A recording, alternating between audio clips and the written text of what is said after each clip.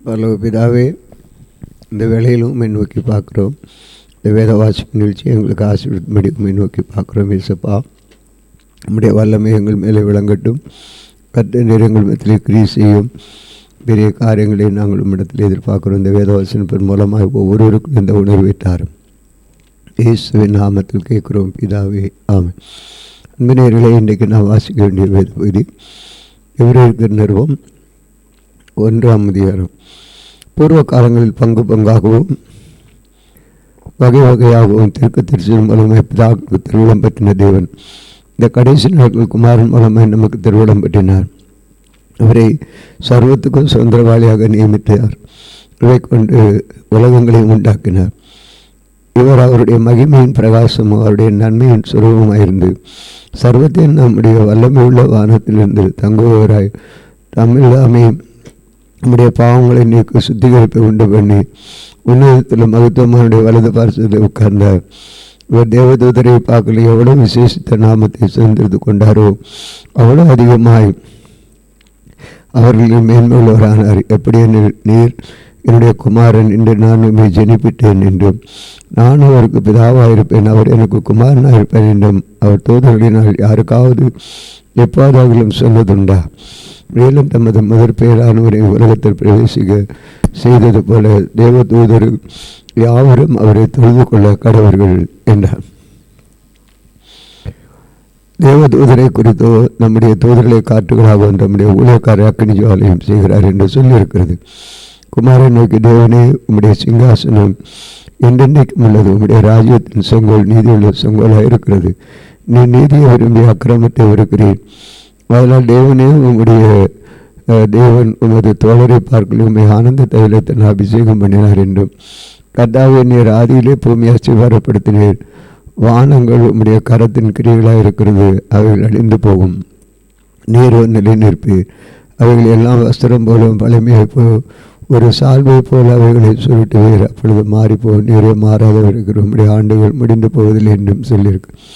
மேலும் நான் உம்முடைய சத்துருக்களை உமக்கு பாதபடியாக்க போடும் வரைக்கும் நீரனுடைய வலது வாசல் உட்காரும் என்று தூதர்களில் யாருக்காவது எப்போதாகிலும் அவர் சொன்னதுண்டா? ரட்சிப்பை சுதந்திரிக்க போகிறவர்கள் நிமித்தமாக ஊழியம் செய்யும்படிக்கு அவர்கள் எல்லாரும் அனுப்பப்படும் பணிவுடைய ஆவிகளாக இருக்கிறார்கள் அல்லவா? அதிகாரம் 2. ஆகையால் நாம் கேட்டவைகளை விட்டு விலகாதபடி அவைகள் மிகுந்த ஜாக்கிரதையாக கவனிக்க வேண்டும். ஏனில் தேவதூதருமாய் சொல்லப்பட்ட வசனத்திற்கு விரோதமாக எந்த செய்கைக்கு கீழ்ப்படியாமைக்கு நீதியான தண்டனை வரத்தக்க அவருடைய வசனம் உறுதிப்பட்டுள்ளபடியே முதலாவது கர்த்தர் மூலமாய் அறிவிக்கப்பட்டு பின்பு அவரிடத்தில் கேட்டவர்களால் தமக்கு உறுதியாக்கப்பட்டது என்றும் அடையாளங்களினாலும் அற்புதங்களினாலும் பலவித பரத்த செய்களில் நம்முடைய சுத்தத்தின்படி பகிர்ந்து கொடுக்கப்பட்ட பரிசுத்தாவின் வரங்களினாலும் தேவன் நமக்கு சாட்சி கொடுத்தவருமாக இருக்கிற இவ்வளவு பெரிதான ரட்சிப்பை குறித்து நாம் கவலையற்றிருப்போமே. ஆனால் தண்டனைக்கு எப்படி தப்பித்துக் கொள்வோம்? இனி ஒரு மிருகத்தை குறித்து பேசுகிறோமே, அதை அவர் தூதர்களுக்கு கீழ்ப்படுத்தவில்லை. ஒரு இடத்தில் ஒருவன் சாட்சியாக மனுஷனை நினைக்கிறதற்கும் மனுஷனுடைய குமாரனை விசாரிக்கிறது அவன் எம்மாத்திரம்? அவனை தேவதூதர்கள் சற்று சிறியவனாக்கினீர். மகிமையினாலும் கனத்தினாலும் அவனுக்கு முடிசூட்டி உம்முடைய கரத்தின் கிரிகளின் மேல் அவனை அதிகாரியாக வைத்து சகலத்தையும் அவனுடைய பாதங்களுக்கு கீழ்ப்படுத்தினீர் என்று சொன்னான். சகலத்தை அவனுக்கு கீழ்ப்படுத்தினார் என்கிற விஷயத்தில் அவர் அவனுக்கு கீழ்ப்படுத்தாத பொருள் ஒன்றுமில்லை. அப்படி இருந்தும் இன்னும் அவனுக்கு சகலமும் கீழ்ப்பட்டிருக்க காணோம். என்றாலும் தேவனுடைய கிருபையினால் ஒவ்வொருவருக்காகவும் மரணத்தை ருசிப்பார்க்கும்படிக்கு தேவதூதரில் சற்று சிறியவராக்கப்பட்டிருந்த இயேசு மரணத்தை உத்தரித்தது நிமித்தம் மகிமையினாலும் கருத்தினாலும் முடிசூட்டப்பை காண்கிறோம். ஏனென்றால் நமக்காகவும் நம்மாலே சகலத்தையும் உண்டாக்குனவர் அநேகம் பிள்ளைகள் மகிமையில் கொண்டு வந்து சேர்க்கையில் அவருடைய ரட்சிப்பின் அதிபதியும் உபத்திரவங்களினாலே பூர்ணப்படுத்துகிறது அவருக்கு ஏற்றதாக இருந்தது.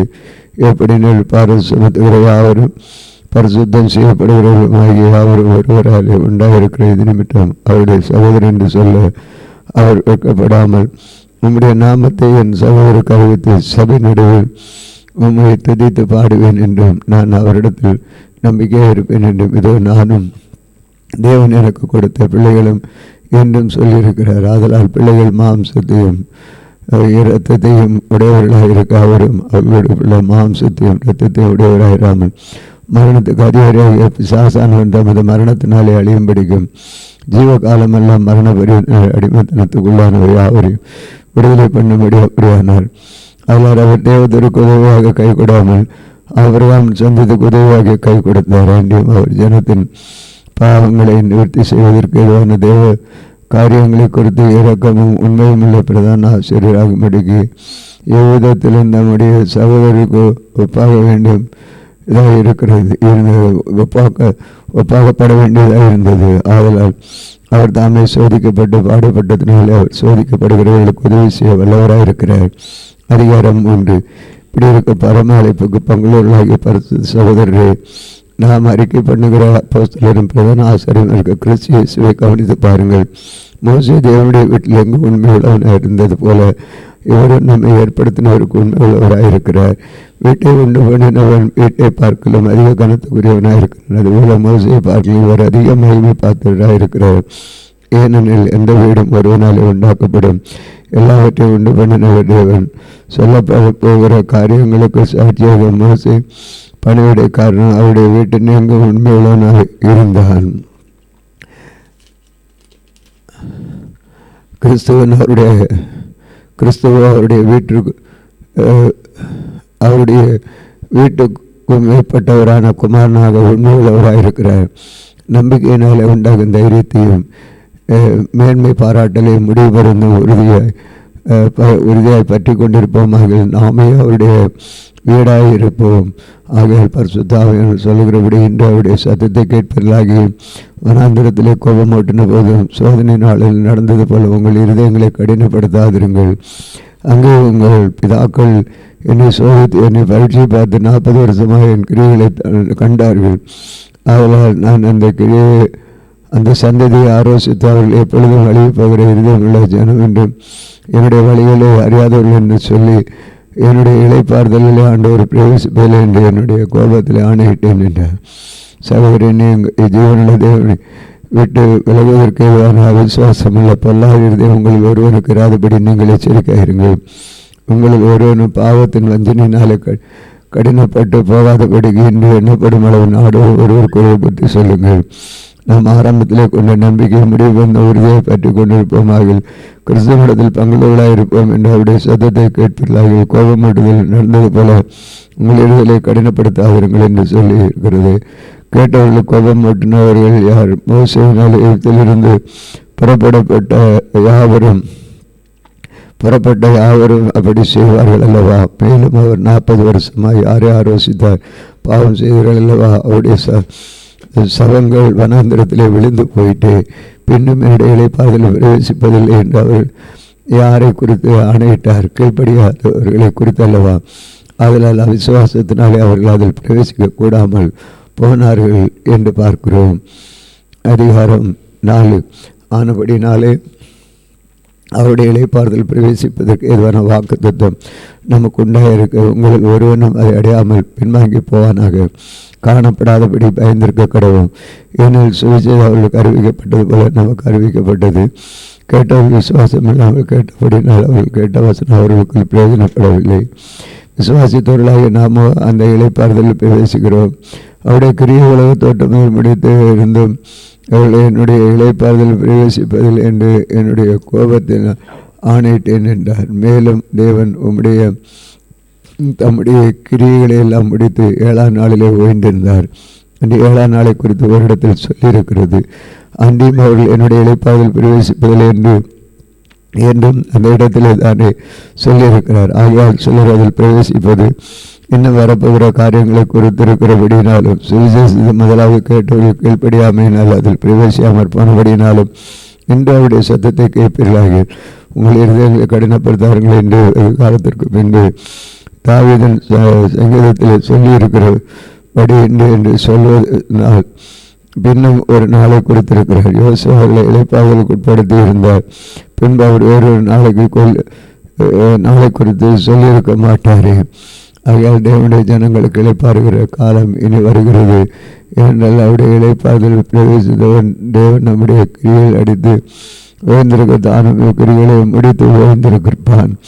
ஆகையால் அந்த சிஷ்டாந்தத்தின்படி ஒருவனாகிலும் கீழ்ப்படியாமையினால் விழுந்து போகாதபடி நம்முடைய இந்த ஜனத்தின் பிரவேசிக்க ஜாக்கிரதையாக இருக்க கடவுள். தேவனுடைய வார்த்தை அது ஜீவனும் வல்லமை உள்ளதாக இருவரும் கருக்குள்ள பட்டயமாகவும் கருக்கானதாக ஆத்மாவையும் ஆவியும் கணக்களையும் ஊனையும் பிரிக்கத்தக்கதாக உருவக்கத்தூளாகவும் இருபத்தி நினைவுகளையும் யோசனை வகை இருக்கக்கூடியதாகவும் இருக்கிறது. அவருடைய பார்வைக்கு மறைவான சிருஷ்டி ஒன்றுமில்லை. சகலம் அவருடைய கண்களுக்கு முன்பாக நிர்வாணமாகும் வெளியரங்கமாகிறது. அவருக்கு நாம் கணக்கு வேண்டும். வானங்களின் வழியாக பரலோகத்திற்கு போன தேவகுமாரனாக இயேசு என்னும் மகா பிரதான ஆசாரியர் நமக்கு இருக்கிறபடியால் நாம் பண்ணின அறிக்கையை உறுதியாய் பற்றி கொண்டிருக்க கடவோம். நம்முடைய பலவீனங்களை குறித்து பரிதவிக்க கூடாது. பிரதான ஆசாரியன் நமக்கு ராமன் எல்லா விதத்தில் நம்மை பல சோதிக்கப்பட்டும் பாவம் இல்லாதவராக இருக்கிற பிரதான ஆசாரியரே நமக்கு இருக்கிறார். ஆதலால் என் இரக்கத்தை பெறவும் ஏற்ற சமயத்தில் சகாயம் செய்யும் கிருபை அடையவும் தைரியமாய் கிருபாசன தண்டையிலே சேர கடவும். ஆம், வாசிக்க வேண்டிய என்று வார்த்தை முடித்த அன்பின் ஆண்டவரே இயேசுப்பா, உம்முடைய பிள்ளைகளின் சட்டைகளை மறைத்து பாதுகாத்து இந்த பகல் முழுவதும் ஆண்டவரே இந்த நேரத்தில் நாம் உடைய கருத்தில் கொடுக்கிறோம். நீங்கள் ஆண்டவர் உம்முடைய சித்தத்தின் எடுத்து எங்களுக்கு வேண்டிய மன்னாவை தந்து ஆசீர்வதியும்.